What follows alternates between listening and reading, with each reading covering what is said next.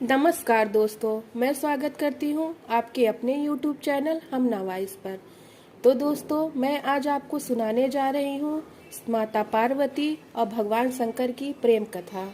भगवान शंकर माता पार्वती आप पर सदैव अपनी कृपा बनाए रखें।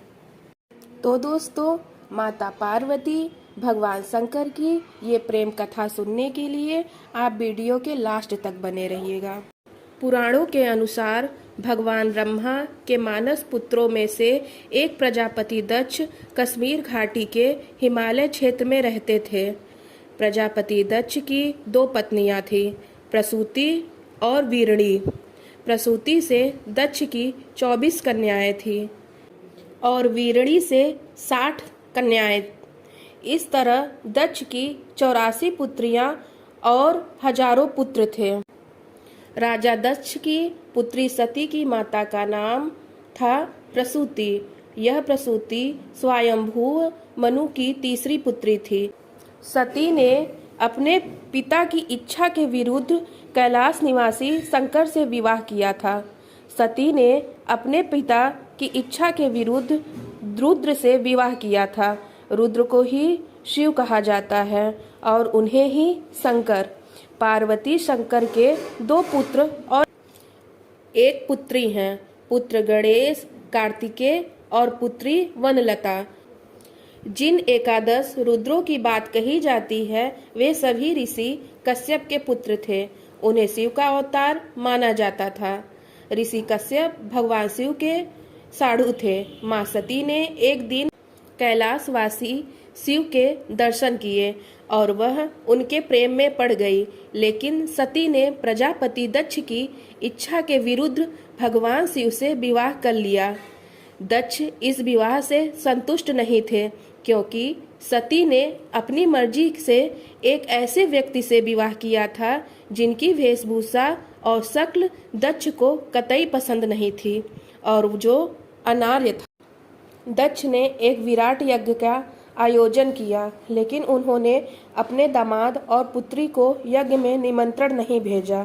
फिर भी सती अपने पिता के यज्ञ में पहुंच गई, लेकिन दक्ष ने पुत्री के आने पर अपेक्षा का भाव प्रकट किया और शिव के विषय में सती के सामने ही अपमानजनक बातें कही। सती के लिए अपने पति के विषय में अपमानजनक बातें सुनना हृदय विदारक और घोर अपमानजनक था। यह सब वह बर्दाश्त नहीं कर पाई और इस अपमान की कुंठावश उन्होंने वही यज्ञ कुंड में कूदकर अपने प्राण त्याग दिए। सती को दर्द इस बात का भी था कि वह अपने पति के मना करने के बावजूद इस यज्ञ में चली आई थी और अपने 10 शक्तिशाली 10 महाविद्या रूप बताकर डराकर पति शिव को इस बात के लिए विवश कर दिया था कि उन्हें सती को वहां जाने की आज्ञा देनी पड़ी। पति के प्रति खुद के द्वारा किया गया ऐसा व्यवहार और पिता द्वारा पति का किया गया अपमान सती बर्दाश्त नहीं कर पाई और यज्ञ कुंड में कूद गई। बस यहीं से सती के शक्ति बनने की कहानी शुरू होती है। यह खबर सुनते ही शिव ने वीरभद्र को भेजा, जिसने दक्ष का सिर काट दिया। इसके बाद दुखी होकर सती के शरीर को अपने सिर पर धारण कर शिव ने तांडव नृत्य किया। पृथ्वी समेत तीनों लोकों को व्याकुल देखकर भगवान विष्णु ने अपने सुदर्शन चक्र द्वारा सती के शरीर के टुकड़े करने शुरू कर दिए। इस तरह सती के शरीर का जो हिस्सा और धारण किए आभूषण जहाँ जहाँ गिरे वहाँ वहाँ शक्तिपीठ अस्तित्व में आ गए। देवी भागवत में 108 शक्तिपीठों का जिक्र है, तो देवी गीता में 72 शक्तिपीठों का जिक्र मिलता है। देवी पुराण में 51 शक्तिपीठों की चर्चा की गई है। वर्तमान में भी 51 शक्तिपीठ पाए जाते हैं, लेकिन कुछ शक्तिपीठों का पाकिस्तान, बांग्लादेश और श्रीलंका में होने के कारण उनका अस्तित्व खतरे में है। दक्ष के बाद सती ने हिमालय के राजा हिमवान और रानी मैनावती के यहाँ जन्म लिया। मैनावती और हिमवान को कोई कन्या न थी। तो उन्होंने आदि शक्ति की प्रार्थना की। आदि शक्ति माता सती ने उन्हें उनके यहाँ जन्म लेने का वरदान प्राप्त किया। दोनों ने उस कन्या का नाम रखा पार्वती। पार्वती अर्थात पर्वतों की रानी। इसको गिरजा, शैलपुत्री और पहाड़ों वाली रानी कहा जाता है। माना जाता है कि जब सती के आत्मदाह के उपरांत विश्व शक्तिहीन हो गया, उस भयावह स्थिति में त्रस्त महात्माओं ने आदिशक्ति देवी की आराधना की। तारक नामक दैत्य सबको परास्त कर त्रिलोक पर एकाधिकार जमा चुका था। ब्रह्मा ने उसे शक्ति भी दी थी और यह भी कहा था कि शिव के औसत पुत्र के हाथों मारा जाएगा। शिव को शक्तिहीन और पत्नीहीन देखकर तारक आदि दैत्य प्रसन्न थे। देवतागण देवी की शरण में गए। देवी ने हिमालय हिमवान की एकांत साधना से प्रसन्न होकर देवताओं से कहा, हिमवान के घर में मेरी शक्ति गौरी के रूप में जन्म लेगी। शिव उससे विवाह करके पुत्र को जन्म देंगे जो तारक वध करेगा। भगवान शिव को पति के रूप में प्राप्त करने के लिए उन्होंने देवर्षि के कहने पर माँ पार्वती वन में तपस्या करने चली गई। भगवान शंकर ने पार्वती के प्रेम की परीक्षा लेने के लिए सप्तऋषियों को पार्वती के पास भेजा। सप्तऋषियों ने पार्वती के पास जाकर उन्हें हर तरह से यह समझाने का प्रयास किया कि शिव अवघड़, अमंगल, वेशभूषाधारी हैं और जटाधारी हैं। तुम तो महान राजा की पुत्री हो, तुम्हारे लिए यह योग्य वर नहीं है। उनके साथ विवाह करके तुम्हें कभी सुख की प्राप्ति नहीं होगी। तुम उनका ध्यान छोड़ दो। अनेक यत्न करने के बाद भी पार्वती अपने विचारों में दृढ़ रही। उनकी दृढ़ता को देखकर सप्तऋषि अत्यंत प्रसन्न हुए और उन्होंने पार्वती को सफल मनोरथ होने का आशीर्वाद दिया और वे पुनः शिव के पास वापस आ गए। सप्तऋषियों से पार्वती के अपने प्रति दृढ़ प्रेम का वृत्तांत सुनकर भगवान शिव अत्यंत प्रसन्न हुए और समझ गए कि पार्वती को अभी भी अपने सती रूप का स्मरण है। सप्तऋषियों ने शिव और पार्वती के विवाह का लग्न मुहूर्त आदि निश्चित कर दिया।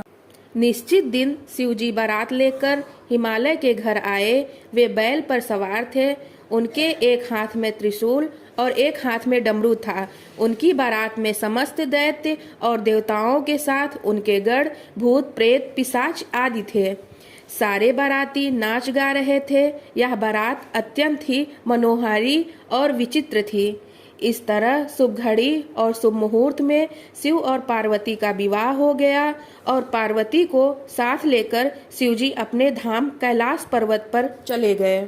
मान्यता अनुसार राजा हिमवान ने पार्वती के मन की इच्छा जानकर एक पुरोहित और एक नाई को कैलाश पर्वत भेजकर शिव से अपनी पुत्री का विवाह प्रस्ताव भेजा। शिव के पास विवाह का प्रस्ताव लेकर पहुँचे पुरोहित और नाई के सामने शिव ने अपनी निर्धनता और साधुता इत्यादि की ओर संकेत करके कहा कि इस विवाह के औचित्य पर पुनः विचार करना चाहिए। पुरोहित के बार बार आग्रह पर शिव मान गए। शिव ने पुरोहित और नाई को विभूति प्रदान की। नाई ने वह विभूति मार्ग में ही फेंकते हुए क्रोधित भाव से पुरोहित से कहा, बैल वाले और भूत से राजकुमारी का विवाह पक्का कर आए हो, तुम्हें कुछ तो सोचना था। नाई ने ऐसा ही कुछ जाकर राजा से कह सुनाया।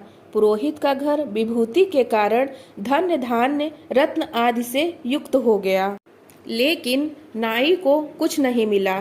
तब नाई को विभूति का राज पता चला और उनसे पुरोहित से आधा धन देने का आग्रह किया। तब पुरोहित ने कहा कि इसके लिए तो तुम्हें शिव के पास ही जाना होगा। इधर नाई से शिव की दारिद्र्य इत्यादि के विषय में सुनकर हिमवान राजा ने शिव के पास संदेश भिजवाया कि वह बारात में समस्त देवी देवताओं सहित पहुँचे। इसके पीछे कारण था कि पता चल जाता कि शिव की शक्ति कितनी है। शिव हंस दिए और राजा के मिथ्याभिमान को नष्ट करने के लिए विवाह के पूर्व उन्हें अपनी माया दिखाई और उनके दंभ तोड़ा। एक बार इंद्रलोक पर असुरों का राजा शुंभ और उसका छोटा भाई निशुंभ आक्रमण कर दिया। देवताओं को पराजित करके इन दोनों भाइयों ने स्वर्ग से देवताओं को भगा दिया। भगवान शिव यह जानते थे कि देवताओं को माता पार्वती ही कष्ट से मुक्ति प्रदान कर सकती हैं। इसलिए एक दिन शिवजी ने पार्वती पर व्यंग करते हुए कहा कि तुम काली हो। माता पार्वती को यह बात दिल पर लग गई। पार्वती ने भगवान शिव से कहा कि आपने मुझे काली कहा है, मैं आपको गोरी होकर दिखाऊंगी। गौर वर्ण पाने के लिए माता पार्वती तप करने लगी। तब से भगवान शिव प्रसन्न हुए और पार्वती से कहा कि तुम गंगा स्नान करो, इससे तुम गौर वर्ण हो जाओगी और गौरी कहलाओगी। भगवान शिव की आज्ञा पाकर माता पार्वती गंगा स्नान करने चली गई। पार्वती जब गंगा स्नान कर रही थी, उसी समय गंगा तट पर शुंभ निशुंभ के कब्जे से स्वर्ग की पुनः प्राप्ति के लिए सभी देवता आदि शक्ति की आराधना कर रहे थे। माता पार्वती ने देवताओं की आराधना सुनकर कहा कि आप सब मेरी ही आराधना कर रहे हैं, आप निश्चिंत होकर जाएं। शुंभ निशुंभ का वध करके आप सभी देवताओं को कष्ट से मुक्ति दिलाऊंगी। गंगा स्नान के पश्चात माता पार्वती गौण वर्ण हो गई और उनके शरीर से श्यामल वर्ण कौशिकी प्रकट हुई। माता पार्वती की आज्ञा से देवी कौशिकी ने शुंभ निशुंभ का वध कर दिया। शुंभ निशुंभ के वध के बाद शिव ने पार्वती को समझाया कि काली कहकर व्यंग करने के पीछे उनका उद्देश्य कौशिकी का जन्म था। इस उद्देश्य के पूरा हुए बिना शुंभ निशुंभ का वध संभव नहीं था। इस तरह शिव पार्वती के प्रेम की शक्ति से उन महादैत्यों का अंत के पश्चात सभी देवताओं को उनके उनके अधिकार वापस मिल गए और सब सुख शांति से रहने लगे। तो दोस्तों, मैं भगवान शिव और माता पार्वती से यही प्रार्थना करती हूँ कि उनके आशीर्वाद से आप सबको सच्चा जीवन साथी मिले। तो अगर दोस्तों आपको माता पार्वती भगवान शिव की ये पवित्र प्रेम कहानी पसंद आई हो तो हमारे वीडियो को लाइक करना, शेयर करना और कमेंट करना बिल्कुल ना भूलें। प्रेम की अनोखी और पवित्र कथाओं को सुनने के लिए हमारे चैनल को सब्सक्राइब जरूर करें और दोस्तों अपना प्यार और सपोर्ट हम पे बना के रखें।